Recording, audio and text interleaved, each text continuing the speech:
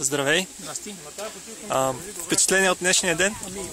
Беше по-късичко, по-приятно, с по-малко мъка, по-живописно. Имаше интрига просто карахме заедно с най-добрите близки други ги виждахме и направихме и по-добра скорост така.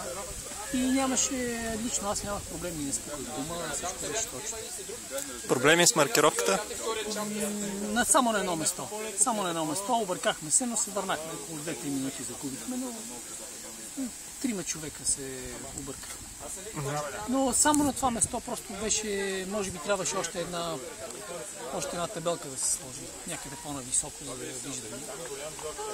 Се оправи. Не е да се загубиме 10 минути. Като цяло впечатление от мероприятието? Много добре организирано. Супер. Много хубаво. Почивка.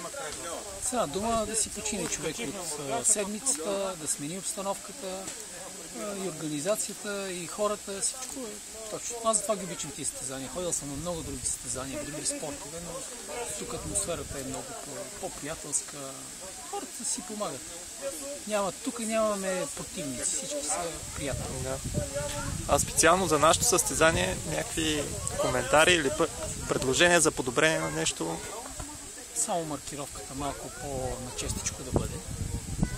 И има си своите минуси. Тук е много по-трънливо. Той елемент с пукането на гумите винаги и караш с едно напрежение, постоянно едно напрежение, че ще спукаш гума и трябва човек да има повече гуми, повече лепенки. Но това си е специфика на планината. Да. Това не може да се избегне. Иначе по-дълги, по-къси маршрути? Не.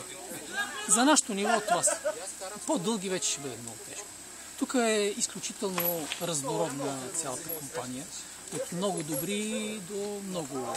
Той Уолтер спомена, че може да е малко по-дълго. Той винаги така ще каже. Това ще го каже. Аз мисля, че за нашето ниво е идеал. Ние тук всички сме аматьори. Да.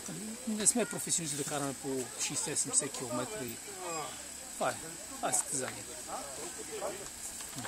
Добре. Накрая, заради спонсора, ще попитам за напитката. Супер. Напитката е много хубава. Направо идеално е да са направили. Нито кисела, нито сладка. Идеално е. Просто и шишенцата са много хубави, много удобни. Да. Благодаря. Няма за 100.